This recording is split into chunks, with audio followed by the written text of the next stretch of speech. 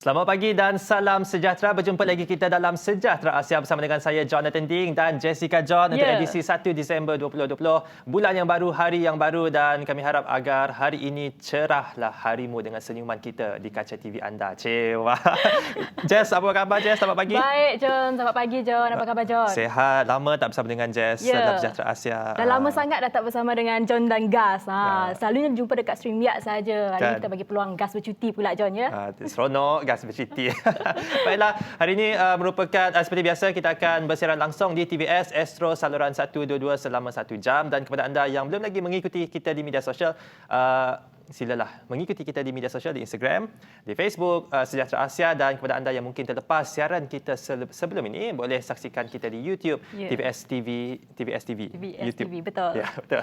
Baiklah, seperti biasa kami akan mulakan dulu dengan perincian berita yang kami nak kongsikan kepada anda, dan kami akan mulakan dulu dengan perkembangan COVID-19 di Malaysia. Baik, semalam Malaysia mencatatkan 2,112 kes sembuh, menjadikan jumlah kes sembuh setakat ini adalah seramai 54,759 kes. Kes positif pula direkodkan semalam adalah seramai 1,212 kes, menjadikan 65,697 kes secara keseluruhan. 3 kematian direkodkan semalam dan jumlah kes kematian setakat ini adalah seramai 360 kes. Jumlah kes yang dirawat di unit rawatan rapi adalah seramai 113 yang memerlukan bantuan alat pernafasan 42 kes, dan 3 kluster baru dikesan, iaitu kluster Jalan 8, kluster Batu 9 dan kluster Nibong. Mungkin Jess boleh kongsikan perkembangan COVID-19 di Sarawak pula? Baik, Jess akan kongsikan perkembangan COVID-19 di Sarawak sendiri, iaitu Sarawak semalam telah merekodkan 2 kes positif baru, iaitu dikesan di bahagian Limbang, dan jumlah keseluruhan kes positif COVID-19 di Sarawak telah meningkat kepada 1,064 kes. Dan kedua-dua mereka itu merupakan pelajar sebenarnya, John, yang menuntut di Kolej Matrikulasi Labuan dan telah dibenarkan pulang ke tempat asal setelah kolej mereka diarahkan tutup. Dan juga untuk perincian kluster COVID-19 yang masih aktif di Kuching sendiri adalah sebanyak 6 kluster yang masih aktif di Sarawak, iaitu kluster Besi, kluster Jalan Abel, kluster Baki, kluster Seladah dan juga kluster Wisma Seberkas serta kluster Green Hill. Itu adalah 6 kluster yang masih lagi aktif. Namun berita baiknya terdapat 2 kes baharu yang telah pulih dan dibenarkan discharge dari hospital sejak semalam, dan telah menjadikan keseluruhan kes positif sembuh iaitu sebanyak 1,022 orang. Dan terdapat lagi ringkasan kes yang saya nak ceritakan di sini. Ringkasan kes mengikut daerah di Sarawak, iaitu daerah Kuching dan Miri kekal berstatus kuning, dan juga untuk perincian berita seterusnya juga kita akan berkongsi sedikit berkenaan dengan vaksinnya, John. Ya, betul. Menurut Fam Niaga, iaitu Fam Niaga Berhad, mereka telah pun siap siaga edar vaksin COVID-19, dan mereka siap siaga untuk mereka dah pun menubuhkan pasukan petugas dan bersedia mengedarkan vaksin COVID-19 ke seluruh negara yang dijangka boleh didapati pada suku pertama tahun depan ini, selaras dengan selepas diumumkan oleh Yang Amat Berhormat Perdana Menteri Tan Sri Muhyiddin Yassin bersama dengan Menteri Sains dan Teknologi. Semalam mereka umumkan bahawa vaksin akan datang dengan harapan pada first quarter of 2021 lah. Betul John, dan kabarnya pemberian vaksin ini di Malaysia diutamakan dahulu kepada golongan barisan hadapan seperti frontliners kita dan juga golongan warga emas. Ini kerana mereka lebih mudah dijangkiti dan mudah mengalami gejala seperti demam, batuk dan kesukaran untuk bernafas. Namun rakyat juga boleh memilih untuk mendapatkan vaksin sendiri di hospital swasta dan diberikan pengecualian cukai sebanyak 1,000 seorang. Wow. Tapi itulah saya rasa memang itu vaksin yang dinanti-nantikan oleh seluruh dunia sebenarnya, dan Malaysia cukup beruntung untuk menjadi antara negara yang awal untuk menerima vaksin ini. Dan tapi sebelum vaksin tu datang, kita kenalah mematuhi SOP. Betul, John. Dan Setuju. itulah normal baharu dan perlu adaptasi dengan normal baharu, cara kehidupan yang baru yang perlu kita adapt. Walaupun ada vaksin, walaupun ada vaksin yang disediakan, tapi kita tak boleh leka. Still kena amalkan juga SOP daripada Kementerian Kesihatan Malaysia kita. Sebab vaksin bukannya 100% dapat membantu ataupun dapat merawat, tapi vaksin hanya boleh tolonglah sedikit. Dan itulah gas pula Jess. Janganlah macam tu John, kecil hati Bukan, tak biasa sangat dengan gas. Okey, apa-apa. Betul. Jess, bulan ni merupakan bulan Disember. kan. Dan kalau bulan Disember ni memang sangat sinonim dengan cuti sekolah. Walaupun sekolah memang dah cuti sampai tahun depan, tapi memang Disember ni sinonim dengan cuti sekolah. New Year, festival, Christmas. Jadi untuk Jess pula, tersebut pula gas. Jadi untuk Jess pula, apa yang Jess mungkin look forward untuk bulan Disember ni? Disember ni kita kan nak tahu, kita tahu yang Christmas akan datang. Jadi Ya, betul. Jess nak pergi shopping. Wow. Yang paling penting shopping. Wow. Lepas tu nak beli-beli barang-barang persediaan untuk Christmas. Dan juga jom bolehlah datang nanti. Datang berkunjunglah ke rumah Jess. Tapi patuhi SOP. Ya, patuhi SOP, jangan lupa. Ya, itulah bulan Disember ni terutamanya kepada penganut Kristian, rakan-rakan Kristian kita memang akan look forward untuk Christmas, termasuk saya sendiri. Saya rasa kita dua pun kan. Ya, Dan betul. itulah tahun ni sangat-sangat cepat berlalu. Ini merupakan bulan yang terakhir, sedar tak sedar dah pun sampai ke bulan Disember. Dan apa yang Jess dah achieve untuk tahun 2020 ni? Okey, untuk tahun 2020 apa yang Jess dah achieve kan? Okey, yang ini banyak sangat pencapaian dan Jess bersyukurlah syukur. walaupun berdepan dengan pandemik COVID-19. Betul. Tapi apa-apa pun kerjaya masih ada dan juga keluarga masih sihat sahaja belaka. Dan apa kata John?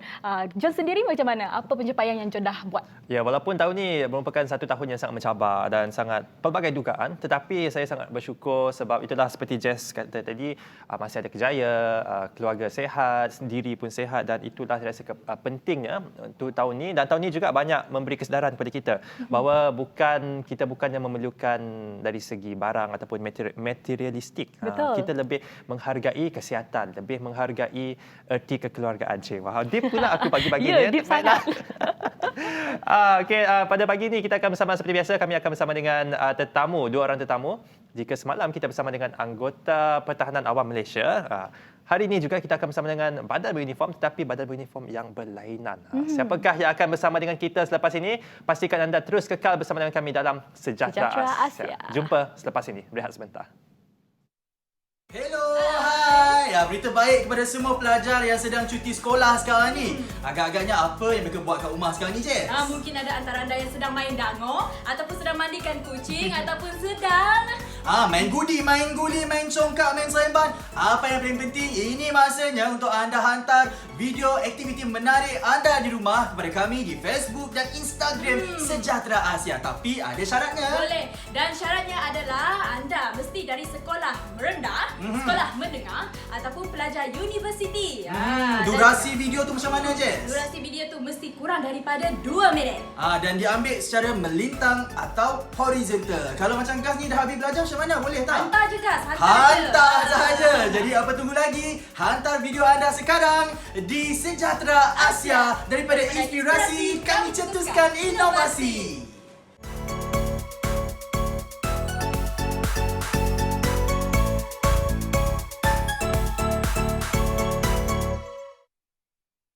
Hai, jangan lupa saksikan Sejahtera Asia hari Rabu ini sebab kita akan bersama dengan seorang artis yang sangat istimewa, sangat terkenal dan banyak perkongsian yang beliau kongsikan bersama dengan Gas. Jadi pada Rabu ini kita akan bersama dengan So Wincy. Jadi jangan lupa saksikan Sejahtera Asia hari Rabu 7.30 pagi hanya di TVS.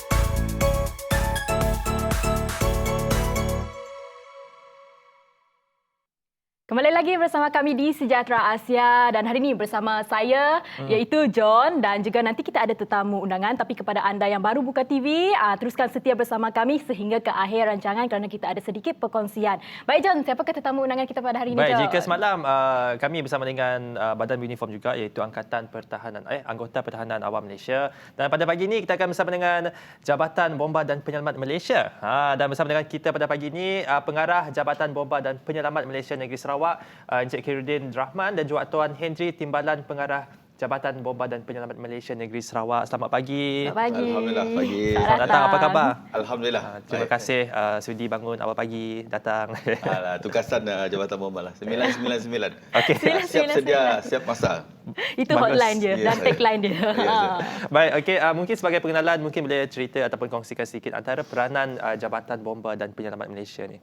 Okey, kalau kita lihat Jabatan Bomba di Malaysia, kita ada diberi mandat dan kuasa ada Akta 341 lah, Akta 1988, yang mana di bawah Seksyen 5 kita dah diberi mandat dan tugasan untuk menjalankan kerja-kerja satu pemadaman kebakaran lah, penyelamatan dan juga tugas-tugas yang diarahkan oleh menteri kita sesuai dengan di bawah Seksyen 63 dan diperincikanlah, dan tugas Jabatan Bomba sekarang makin luas, bukan saja memadam tentang kebakaran, tapi menyelamat dan juga dari segi kita melindungi nyawa atau benda dan juga alam sekitar. Telah diperluaskan dan diperbagaikanlah dalam jabatan. Maksudnya awal-awal dimulakan sebagai satu jabatan untuk memadam kebakaran dan mengawal. Tapi sekarang lebih luas, iaitu operasi mencari dan menyelamat dan kita tahu sekarang ni musim hujan dan sudah tentu banjir akan berlaku di beberapa tempat yang mungkin dah dijangka. Jadi apa antara macam persediaan yang dilakukan oleh pihak Bomba? Sebab itulah bila saya nak sebut Bomba ni, ramai sebut Bomba ni bila ada api. Tapi bila sebut BOMBA, bila orang memerlu, bantuan ada. Itu maknalah untuk kita lebih memahami supaya anggota Bomba faham bahawa dan juga etika kita siap sedia setiap masa. Itulah tag yang mana memberi satu kata orang semangat dan motivasi kepada anggota kita lah untuk berada di mana saja bencana ataupun tragedi untuk kita memberi bantuan. Kita tidak maklum bahawa bencana boleh berlaku di mana-mana dan di berbagai tempat. Tapi kesiapsiagaan anggota kita adalah pentinglah. Sebab kita tidak tahu dan kita tidak maklumkan di mana akan berlakunya bencana. Tetapi berdasarkan kepada tragedi, kes-kes yang berlaku dan juga peristiwa supaya berlaku akan memberi satu maklumat awal kepada kita untuk kita buat persediaan. Itu yang kita laksanakan untuk memberi bantuan dan juga berdasarkan kepada kita tahulah peralihan MTL ni, musim monsun timur laut ni akan berlaku banyaklah taburan hujan yang tinggi, kenaikan air sungai dan laut. Dia merupakan satu cabaran kepada Jabatan Bomba lah.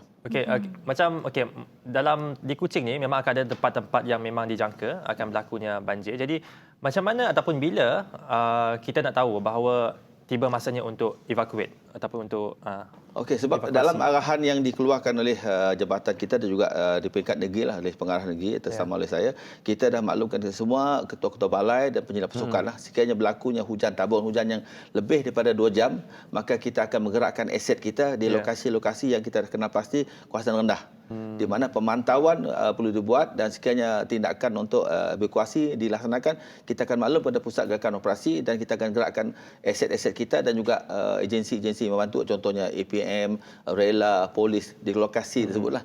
Dan alhamdulillah pada tahun ini sendirilah kita lihat bencana banjir ni kapasiti ataupun keupayaan pasukan Bomba dan pasukan agensi lain telah ternyatalah dapat membantu mengurangkan impak kepada masyarakat lah. Okey, dan Tuan, Bomba tonggak penyelamatan negara, iaitu adalah tema Hari Bomba Sedunia pada tahun 2020. Jadi kalau kita lihat tahun 2020 juga merupakan tahun yang sangat mencabar di mana kita berdepan dengan pandemik COVID-19 dan yang telah melanda di seluruh dunia. Jadi dalam kes-kes kecemasan seperti kebakaran ataupun kes-kes mangsa yang tidak dapat menyelamatkan diri itu, kita tak tahu lagi yang bahawa mangsa itu bergejala ataupun tidak berdepan dengan COVID-19 ini. Jadi apakah antara langkah-langkah SOP ataupun cara-cara yang dipraktikkan oleh anggota Bomba dalam kes-kes begini, Tuan Henry? Baik, terima kasih, Puan.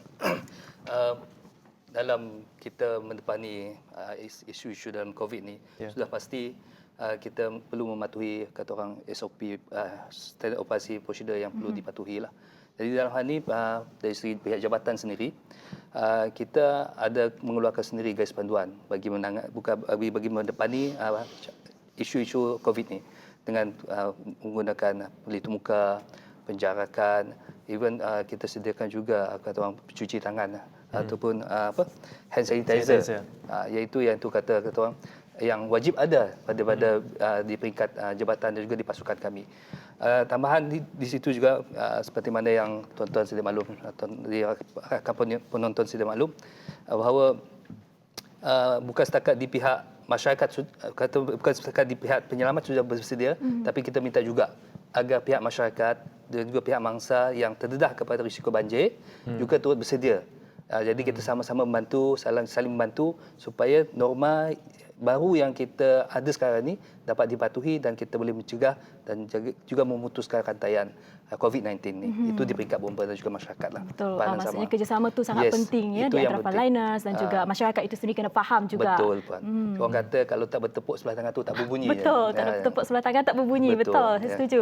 Jadi untuk operasi menyelamatkan mangsa lemas, boleh tak ceritakan tata cara bagaimana bantuan pernafasan mulut ke mulut CPR especially dilakukan seperti yang disarankan oleh KKM dan juga National Fire Protection Association ni? Okey, bila kita melihat menyelamat air, sebanyak pasukan bomba ni respon kepada respon kepada kes-kes yang mana mangsa dah lemas. Makna kita banyakkan kaedah kita buat SAR.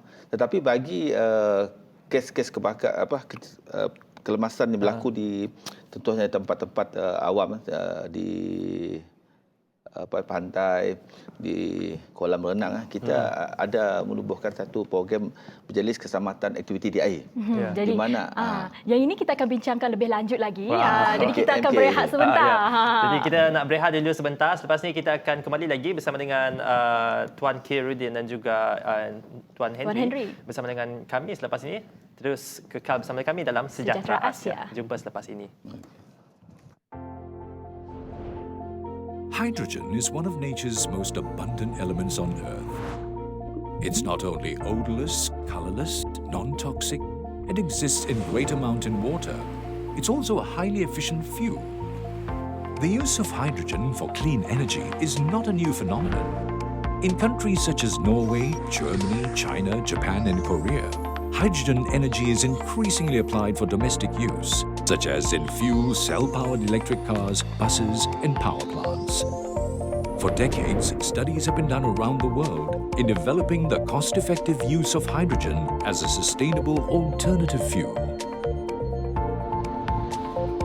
In Sarawak, we are blessed with an abundance of water, ranging from rivers to dams, which are great sources of water for efficient production of hydrogen. At the hydrogen production plant, hydrogen is extracted from water through a process of electrolysis, which separates hydrogen from oxygen in the water. This extracted hydrogen is then stored as hydrogen fuel.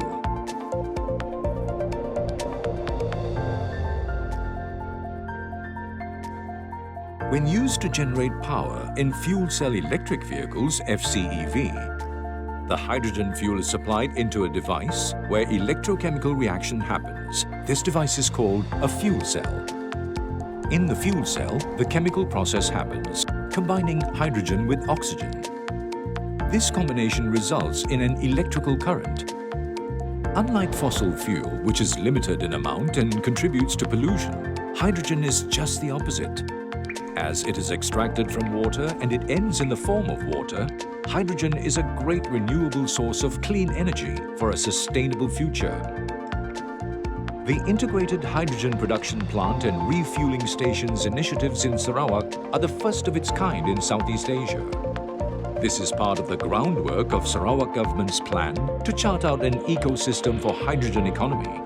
It eventually will pave the way for advancing the sustainable and renewable energy sector in Sarawak. As more and more countries around the world develop their hydrogen economies, and by the time world demand accelerates in years to come, Sarawak will already be well positioned at the forefront as a regional and global exporter of this clean energy. Now is the best time to embark on this journey to build our hydrogen economy. Hydrogen, the fuel of the future.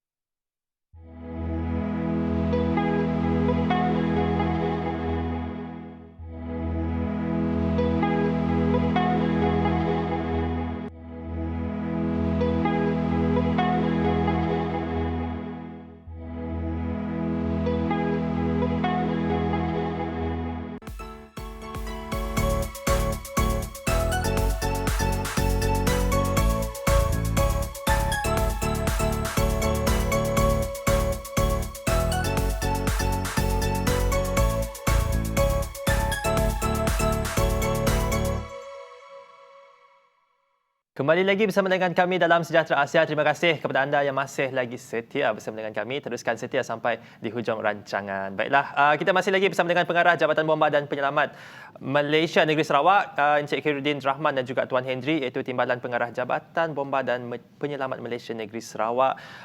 Okey, tadi Encik Khairuddin ada kongsikan mengenai apabila sesuatu kawasan macam dijangka menaiki air, akan menghantar aset-aset ke tempat. Jadi nak tahu apakah jenis aset-aset yang diturunkan ataupun dihantar?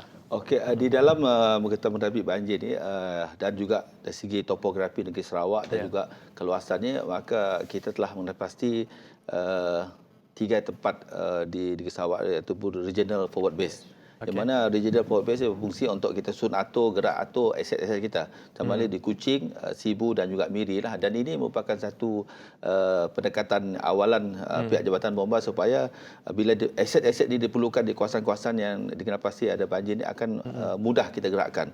Dan untuk menggerakkan aset-aset darat, air dan juga ini memerlukan susun gerak yang komprehensif lah.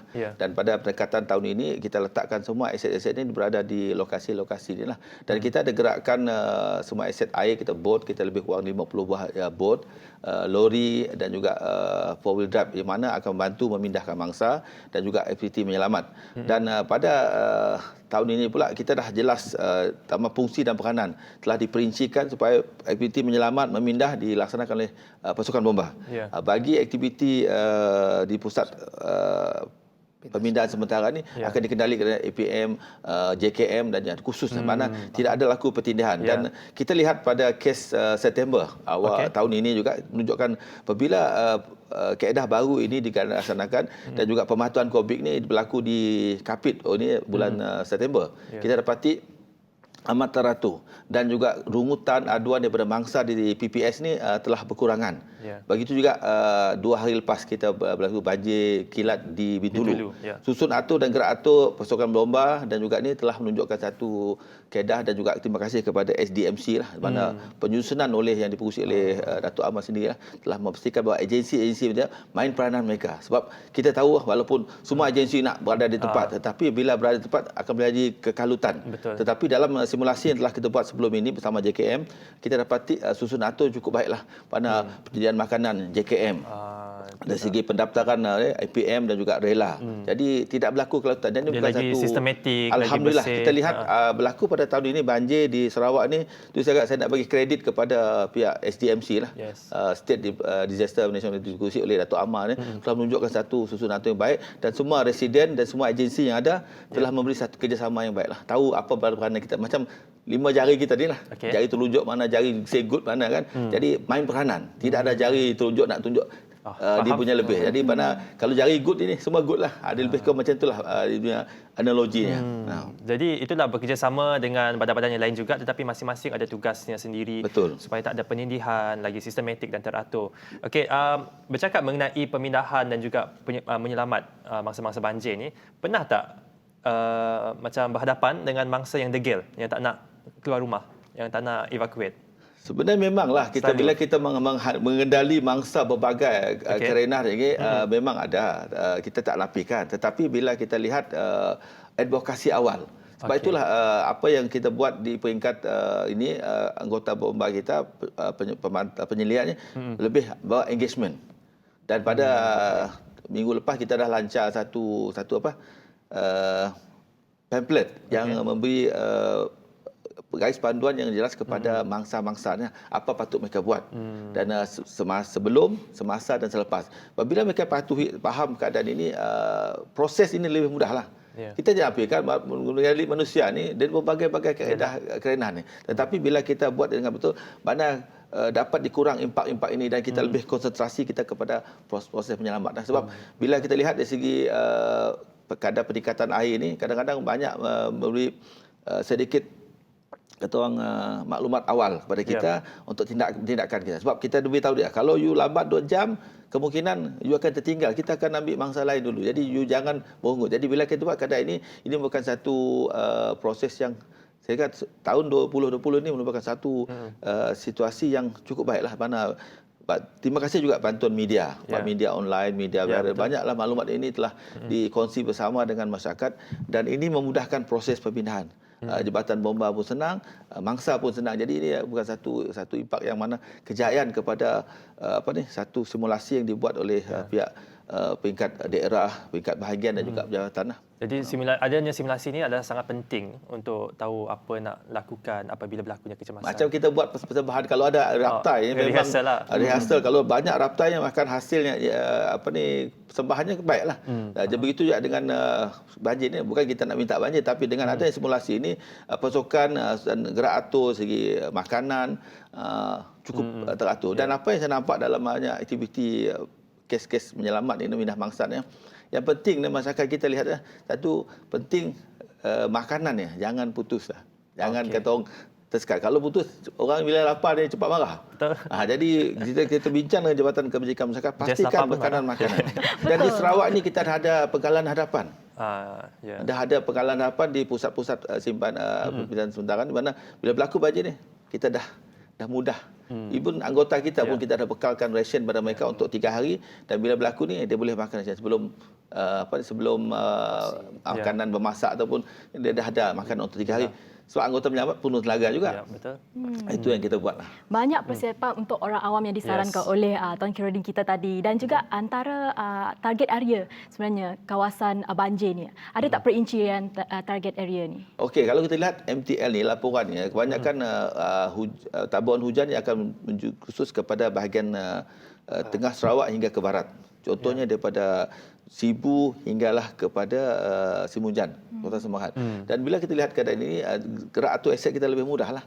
Dan cuma berlakunya di Bintulu bawah ini, hujung busa angin tu dan telah membawa taburan hujan yang cukup tinggi dan juga peningkatan air king tide pada laut dan dengan tambahan ni maka berlakunya banjir kilat lah. Dan kawasan-kawasan yang kita tak pasti sekarang berlaku pula. Kawasan yang kita khusus tapi susun atur kita dah berada dalam keadaan yang cukup baik. Saya nampak bahawa dalam kes 2 hari lepas di Bintulu ni cukup teratur lah. Maksudnya 100% persiapan sudah dilakukan setakat ini. Alhamdulillah lah. Kita berdoa dengan keadaan ini mana dipermudahkan urusan kita dan yang penting masyarakat. Bila agensi kerajaan memberi peringatan, tolong patuhi, tolong bekerjasama. Sebab kerjasama yang mereka beri akan beri satu impak kepada mereka juga. Dan kita pastikan bahawa komuniti yang kita nak bantu ni membantu kita. Dan erti kata mendengar nasihat kita, beri juga mematuhi arahan yang kita keluarkan dan gerak atur aset kita untuknya. Dan satu lagi yang menjadi kalau banyak ditanya orang tentang macam mana COVID, macam mana mangsa PUS, macam mana mangsa PUI. Memang kita dah ambil kira semua ni dan penjarakan dalam bot kita dah tanda dan jumlah lori kita pun dah tanda dan juga proses dan dalam pasukan menyelamat kita sediakan topeng muka, sediakan supaya kalau mangsa yang ada tu tak dan pakaian yang untuk mengendali mangsa yang kira high risk kita dah sediakan peralatan PPE untuk anggota kita untuk dipakai untuk memindahkan mangsa ni. Ini bukan satu proses tambahan kepada kerja kita. Kemungkinan dari segi kecepatan tu ada sikit lah, tapi bila kita buat simulasi yang berlaku di Kapit dan juga baru ni di Bintulu, kita nampak bahawa dari segi flow kerjanya atau alirannya berlaku dengan cukup baiklah. Ini bukan satu dan kita bersyukur kepada Allah Taala banyak semua agensi main peranan lah. Dan komuniti yang ada mereka membantu SOP yang disediakan oleh MKN, Kerajaan Negeri dan juga KKM lah. Jadi banyak perkongsian dikongsikan oleh Encik Khairuddin. Jadi sebenarnya banyaklah kerjasama di antara badan-badan jabatan-jabatan dan juga dengan masyarakat. Tapi selepas ni kita nak tanya lebih mengenai macam mana kita nak mendidik orang awam, apa yang mereka perlu tahu, apa yang mereka perlu lakukan. Selepas ni kita kongsikan. Kita akan cakap lebih mengenai itu. Kau tengok lah. Jadi itulah banyak perkongsian dan selepas ni kita nak bincangkan lagi mengenai pendidikan kepada orang awam tentang situasi-situasi yang mungkin mereka akan berada yang tak dijangka. Jadi pastikan korang jangan ke mana-mana, terus bersama dengan kami dalam Sejahtera Asia. Jumpa selepas ini.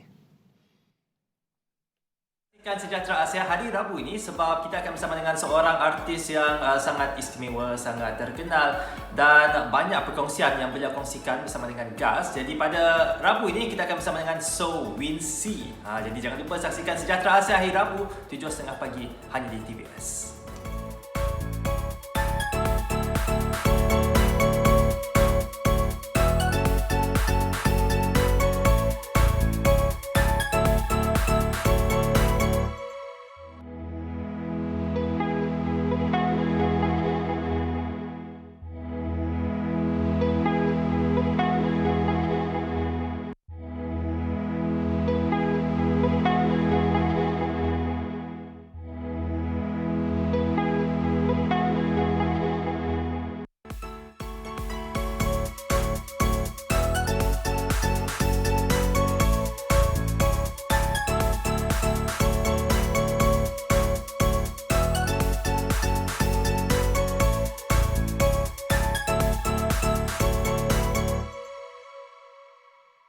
Kembali lagi bersama kami di Sejahtera Asia dan masih lagi bersama dengan abang-abang bomba kita, John. Wow, abang-abang. Iaitu Tuan Khairuddin dan juga Tuan Henry. Okey, baik. Tadi Tuan Khairuddin ada bercakap berkenaan dengan 3P dan 3L. Boleh terangkan lebih lanjut tak apa itu 3P dan 3L? Okey, bila kita sebut falsafah 3L sebenarnya, lupa, lalai dan leka. Mudah diingat, lupa, lalai dan leka. Dan banyak kes-kes kemalangan, kebakaran, bila kita bertanya dengan bangsa dan buat temu bualnya, jawapannya saya lupa, saya lalai. Kadang anaknya jatuh kerana dia lalai, kerana dia leka. So dalam kes kebakaran juga samalah, kita konsep 3L yang saya perkenalkan, nak kita pastikan bahawa elemen ini tidak ada bersama masyarakat. Kalau boleh dikurangkan. Sebab lupa dia ada penting juga. Kalau kita belajar sejarah, lupa lah. Kalau kita tak lupa, kita lupa sesuatu, banyak pentingnya. Sebab lupa dan ingat tu dua-dua penting. Tapi dalam kes kebakaran kita jangan ada lupa lah. Sebab penting, lupa, lalai dan leka. Dan bahasa yang sama juga, Jabatan Bomba juga mengenalkan 3L untuk mengatasi 3L tadi. Iaitu lawan, lapor, lawan dan lari.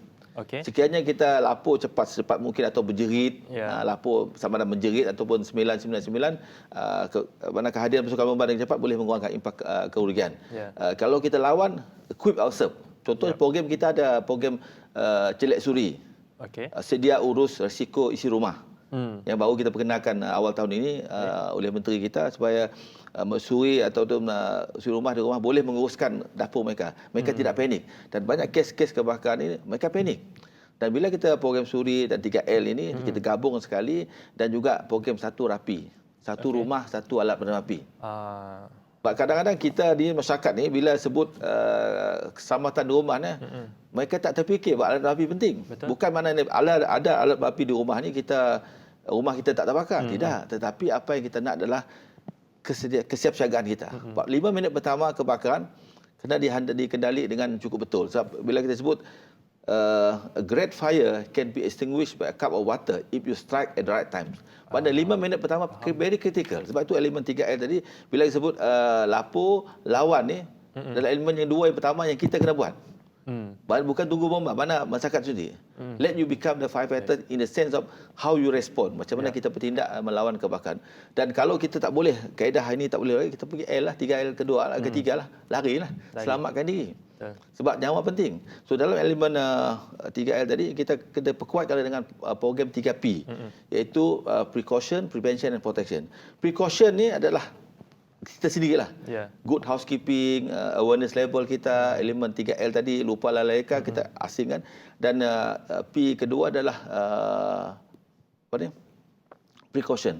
Apakah langkah-langkah yang perlu? Bomba sentiasa berkongsi langkah-langkah keselamatan yang perlu buat. Sebelum tidur pastikan tutup suis. Ada amalan-amalan good housekeeping. Dan 3P yang kedua adalah P ketiga adalah protection. Adakah rumah kita dilindungi dengan peralatan ini? Ini bukan satu elemen yang perlu banyaknya advokasi yang perlu dibuat oleh Jabatan Bomba lah. Dan saya pengalaman lebih kurang 32 tahun dan perkhidmatan, banyak bila kita buat engagement macam ni lah, banyak keputusan yang positif di kalangan masyarakat. Kadang-kadang bila mangsa yang selamat kita tanya dia, kami telah hadir program ceramah bomba, kita ada alat api dan banyak kes. Macam contoh tahun ini rumah panjang, 4 rumah panjang. Sekiranya mereka tidak ada fire extinguisher, kemungkinan 4 rumah panjang ni habis. Tetapi dan kita raikan mereka sebab inilah result ataupun keputusan daripada program-program itu buat. Sebab masyarakat sendiri, you are the champion, bukan kita. Program yang kita buat adalah kita nak menganjurkan supaya masyarakat sendiri menjadi juara program. Because anything that you save belong to you. Jadi kalau nak tunggu bomba memang susah. Jadi ini antara inisiatif-inisiatif yang dilakukan oleh pihak bomba untuk mendidik masyarakat sekiranya dalam bentuk kebakaran. Jadi kalau mungkin untuk air pula, sebab kita faham juga bomba juga banyak melakukan operasi menyelamat kepada mangsa lemas, mangsa hilang, main dalam tasik ke sebagainya. Mungkin Tuan Henry boleh kongsikan antara inisiatif yang dilakukan oleh pihak bomba untuk mendidik orang awam mengenai aktiviti-aktiviti di air ini. Baik, terima kasih John. Di peringkat Jabatan Bomba, seperti mana yang disebutkan oleh Tuan Khairuddin pengas kami, iaitu kita ada Majlis Keselamatan Aktiviti di Air, yang mana ia lebih pada program mendidik dan juga kata berkongsi kesedaran kepada masyarakat tentang pihak masyarakat juga ada peranan di samping pihak agensi keselamatan seperti kami lah, Bomba, APM dan sebagainya. Di peringkat masyarakat sendiri ada peranan dan tanggungjawab. Yang mana kita kata seperti mana saya kata tadi, kalau kita tak bertepuk dua tangan dia tak akan berbunyi. Saya tepuk sebelah tangan just tak sambut tangan saya tak berbunyi itu. Jadi di pihak peranan masyarakat sendiri pun ada peranannya untuk memastikan diri mereka dan ahli keluarga mereka selamat. Bagaimana diri mereka dan mereka selamat adalah dengan kata orang tadi tahu persekitaran. Apabila hendak bergerak ke satu tempat untuk bercuti sebenarnya, sila ambil tahu, sila ambil kaji dulu pergerakan dan sebagainya. Cuaca, Sila betul cuaca. Even kata tadi kenderaan kita sendiri pun perlu diservis dengan baik dan sebagainya. Jadi kita tidak mahu disebabkan oleh kerana 3L tadi, lupa lalai dan leka, kita lupa nak servis kereta kita, kita leka dengan main game kita dan sebagainya, menyebabkan kemalangan berlaku. Jadi peranan masyarakat perlu ada di samping juga peranan kami yang akan respon ataupun memberi maklum balas kepada setiap kejadian. Itu yang saya cuba tekankan di sini. Banyak ya perkongsian dan Tuan Henry mungkin boleh kongsikan juga talian hotline bagi rakyat-rakyat sekiranya menghadapi kecemasan ni. Di Malaysia ni ada satu je. Tuan-tuan perempuan call saja 999, maka talian ini akan sampai pada pihak yang berterlibat, sama ada di peringkat Jabatan Bomba sendiri, di pihak polis, hospital dan sebagainya, bergantung kepada jenis panggilan yang diterima. Jika panggilan itu panggilan keselamatan, melibatkan kebakaran, dah tentu ia akan sampai kepada kami. InsyaAllah. Baiklah, selepas ni kita nak tahu kadang-kadang kecemasan berlaku ataupun kemalangan berlaku di hadapan kita, dan sementara menunggu pihak berkuasa sampai, apakah yang rakyat perlu lakukan untuk cuba menolong ke apa? Selepas ini kita bincangkan dengan lebih mengenai itu. Okey, kepada anda yang mungkin pernah mengalami situasi begitu, kita nak tahulah apakah langkah-langkah yang harus kita ambil. Selepas ini kita akan bincang dengan tetamu kita pada pagi ini. Jumpa selepas ini, kita berehat sebentar.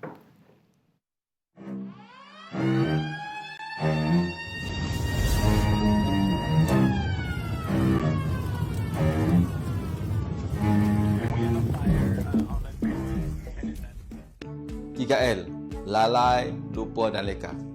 Dan bila kita melihat dari segi kenapa sifat lalai, lupa dan leka ni kita tekankan dalam aspek keselamatan kebakaran, sebenarnya kita lihat dalam aspek apa yang dah kita kongsi bersama. Bila lihat dari segi peraturan perundangan, peraturan yang ada telah menggariskan bagaimana tanggungjawab Jabatan Bomba telah dilaksanakan. Tetapi apa yang penting adalah tuan-tuan sendiri. So, dalam aspek keselamatan kebakaran ini, Jabatan Bomba ambil langkah proaktif di mana kita menggerakkan apa juga usaha-usaha tambah kali empowering ataupun memberi kuasa kepada penduduk ataupun masyarakat sendiri untuk mereka menangani kebakaran di rumah mereka. Banyak harapan saya, kalau kita lihat dari segi apa yang telah kita bincangkan dan juga kejadian kebakaran di Papua dan Akbar, kita gunakan inilah sebagai iktibar pada kita. Jadikan keselamatan kebakaran tanggungjawab bersama. Mana kita bekerja bersama dengan Jabatan Bomba untuk memastikan tuan-tuan keselamatan anak-anak tuan-tuan, keselamatan harta benda tuan-tuan adalah tanggungjawab kita bersama.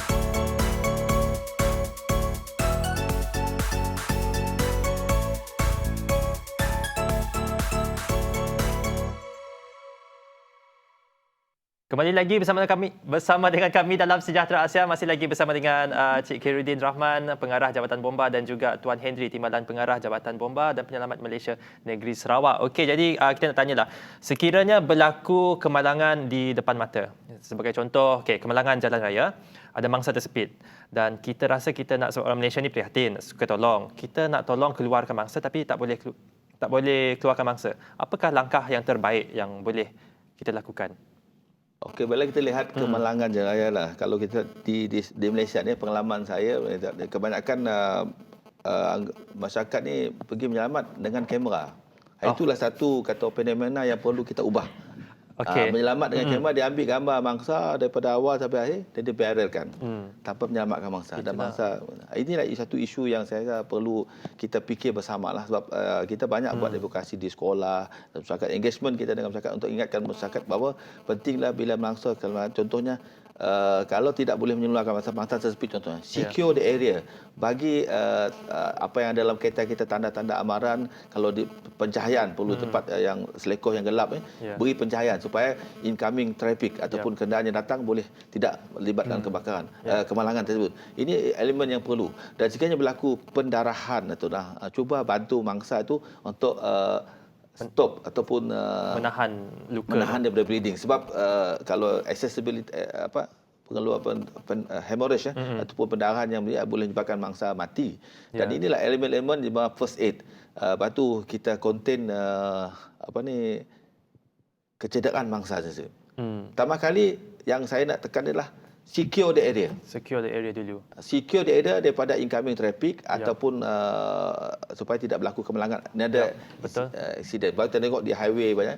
Tapi yang jadi satu kegusaran saya, dan saya tekan pada hari ini, sebab kalau boleh mangsalah, janganlah kita ambil sibuk dengan video ataupun gambar. Itulah sebab privacy. Inilah satu isu. Keduanya, bila melibatkan kebakaran, kalau kereta kita ada alat pemadam api, cuba bantu padam. Kadang-kadang masyarakat akan tanya bila kes ni, kenapa pakcik tak pakai dalam kereta pakcik padam. Lepas soalan jawapan dia tanya, siapa nak ganti alat padam api saya? Saya cakaplah, kalau menyelamatkan bangsa ni dia terbakar rentung, dia punya balasan Allah SWT bagi. Tapi kadang-kadang masyarakat kita kena penting ini sendiri. Sebab kalau siap, contohnya lah bas awam, lori, memang ada alat padam api, dia belakang kecil, boleh taringi. Tapi kadang-kadang orang kita tak berhenti pun. Dia tengok saja, dia takut. Sebab kesiapsiaan dia ataupun rasa tanggungjawab tak ada. Lepas tu dia cakap, you are the champion. Bila kita dilatih dan ada engagement dengan bomba ni, latih supaya kita, bukan kita nak minta mereka jadi anggota bomba, tapi bila elemen, when you work with fear, you must train with fear. Kata orang, keberanian ni bukan timbul oleh kerana kita hebat, bukan kerana kita tahu apa kena kita buat. In the essence of fear ni, dia ada bravery. Keberanian kita tiadanya. Tapi inilah elemennya. Banyak engagement yang kita cuba kita buat di dalam kalangan masyarakat, dan juga advokasi yang saya buat bersama dengan JKJA, Majlis Keselamatan Kemalangan ni. Kita ada banyak buat sebenarnya. Cuma kadang-kadang masyarakat ni dia banyak luangkan masa melihat Facebook tapi tak melihat maklumat. Pergi ke IG tapi tak pergi ke maklumat yang memberi satu kesedaran kepada mereka. Dan ini bukan satu cabaran kepada Jabatan Bomba. Ibun kalau sebut Jabatan Keselamatan Jalan Raya ada kempennya. Itu juga di kecemasan dan juga kemalangan. Banyak mangsa ni, kalau masyarakat tu sendiri, kalau kita nak banding kalau di Australia, di New Zealand, kalau berlaku kemalangan, ramai-ramai pergi sana dengan bawa extinguisher dia, bawa first aid box-nya. Tapi di Malaysia ni kita ramai datang tapi dengan kamera. Itulah satu fenomena yang perlu kita ubah. Sebenarnya ada banyak beza sebenarnya kalau masyarakat bertindak dulu sementara menunggu pasukan kecemasan datang. Boleh golden hours, first golden hours atau one hour kalau melibatkan nyawa ni lah, kalau kita boleh kurangkan pendarahan, tahan pendarahan dan alihkan mangsa tempat yang selamat, dan juga pengudaraan ataupun akan menyebabkan dapat membantu, dan kemungkinan kadar kematian di tempat lokasi kemalangan ni akan dapat membantu. Sebab itulah Jabatan Bomba, salah satu pendekatan kita juga gerakkan EMRS kita, Emergency Medical Rescue Services, ambulan merah kita. Sebab sekarang masyarakat suka panggil ambulan merah. Sebab kita dipanggil, dalam tempohnya kita akan hadir tempat kejadian dan kita stabilize ataupun stabilkan mangsa sebelum dipindah ke hospital ataupun pusat-pusat perubatan. Dan ini banyak berimpak cukup besar lah. Kalau contoh pengalaman saya kemalangan di Bentung. Bas jatuh gaung di di Genting. Bila EMRS kita datang, banyakkan mangsa daripada 36 mangsa dalam bas itu hampir 80% diselamatkan. Walaupun kita tutup penahan dan kita pindahkan mangsa dan juga susun atur hospital telah dapat mengurangkan impak kematian. Sekiranya tidak ada tindakan, saya jangkalah 36 mangsa itu akan mati oleh kerana perdarahan dan juga kesakitan yang kritikal jadi mangsa. Bila kita ambil tindakan awal dan ini memerlukan kerjasama Jabatan Bomba dan komuniti sinilah. Let us be together. Ini penting. Itulah sangat-sangat penting sebenarnya untuk ada at least basic knowledge, like macam tadi, clear the area, secure the area. Jangan sibuk nak bergambar, ambil video dan sebagainya. Kalau mungkin last kali Encik Henry mungkin boleh kongsikan kalau dalam situasi lemas pula. Kalau bantuan CPR tu, contohlah kalau orang tu nak tolong tapi tak pandai nak buat CPR. What is the best thing to do? Apa? Okey. Jangan ambil gambar Jangan ambil gambar. Jangan bawa kamera sama. Jangan bawa kamera. Lagi-lagi jangan selfie dengan mangsa. Betul. Teruk itu. Itu dah kata keterlaluan lah. Tapi dalam hal kata kes-kes lemas ni, sekiranya kita tak ada ilmu lah. Sekiranya kita tak ada ilmu, seperti mana kata pengaras kami tadi, secure the area. Pastikan kawasan itu selamat, mangsa dalam keadaan selamat. Kalau dia berada di dalam air tu, kita keluarkan, baringkan. Dia ada posisi yang sepatutnya boleh kata orang yang kata buat posisi yang kata orang merehatkan badan mangsa ni. Tapi sekali tak ada tu, lazimnya kita pastikan secure. Dan yang kedua, tindakannya cepat-cepat telefon kepada pihak pasukan kecemasan. Sama ada mungkin di kawasan tu mungkin ada pengawal bewasnya ataupun pasukan kecemasan. Ataupun kalau pihak resort dia ada ERT timnya sendiri. Kalau tak ada di kawasan awam, kita boleh terus panggil kepada bomba dan juga pada pasukan kecemasan. Banyak perkongsian yang dikongsikan oleh Encik Henry dan juga Encik Khairuddin. Itulah pendidikan masyarakat perlu tahu sedikit tentang basic menyelamat mangsa. Ya, mungkin terjadi kepada kita ataupun mungkin jadi pada rakan kita, keluarga kita. Jadi terima kasih sekali lagi kita ucapkan kepada Tuan Khairuddin, Tuan Henry, terima kasih kerana bersama dengan kami dalam Sejahtera Asia. Dan itulah banyak ilmu, saya rasa banyak ilmu yang penonton dapat. Jess, banyak dapat? Sangat banyak. Dah serap masuk dah ni. Jangan keluar tinggal kiri sudah. Harus tahu. Kalau tak tahu, boleh Google, pergi je ke laman rasmi. Bomba, Jabatan Bomba, boleh belajar untuk sendiri punya own knowledge for your own use, on good. Baiklah, itu saja untuk siaran kita pada pagi ini. Jangan lupa esok bersama dengan Jess dan Gas. Esok saya pula yang cuti. Dalam Sejahtera Asia. Kita jumpa lagi esok hari. Saya Jonathan Ding. Dan saya Jessica John. Jumpa esok dalam Sejahtera Asia. Daripada inspirasi, kami cetuskan inovasi. Jumpa lagi. Hello, hai. Berita baik kepada semua pelajar yang sedang cuti sekolah sekarang ni. Agak-agaknya apa yang mereka buat kat rumah sekarang ni, Jess? Mungkin ada antara anda yang sedang main dango, ataupun sedang mandikan kucing, ataupun sedang main gudi, main guli, main congkak, main seremban. Apa yang paling penting, ini masanya untuk anda hantar video aktiviti menarik anda di rumah kepada kami di Facebook dan Instagram Sejahtera Asia. Tapi ada syaratnya. Boleh. Dan syaratnya adalah anda mesti dari sekolah merendah, sekolah menengah ataupun pelajar universiti. Durasi video tu macam mana, Jess? Durasi video tu mesti kurang daripada 2 minit. Dan diambil secara melintang atau horizontal. Kalau macam Gas ni dah habis belajar, macam mana? Boleh tak? Hantar je, Gas. Hantar sahaja. Jadi apa tunggu lagi? Hantar video anda sekarang di Sejahtera Asia. Daripada inspirasi, kami cetuskan inovasi.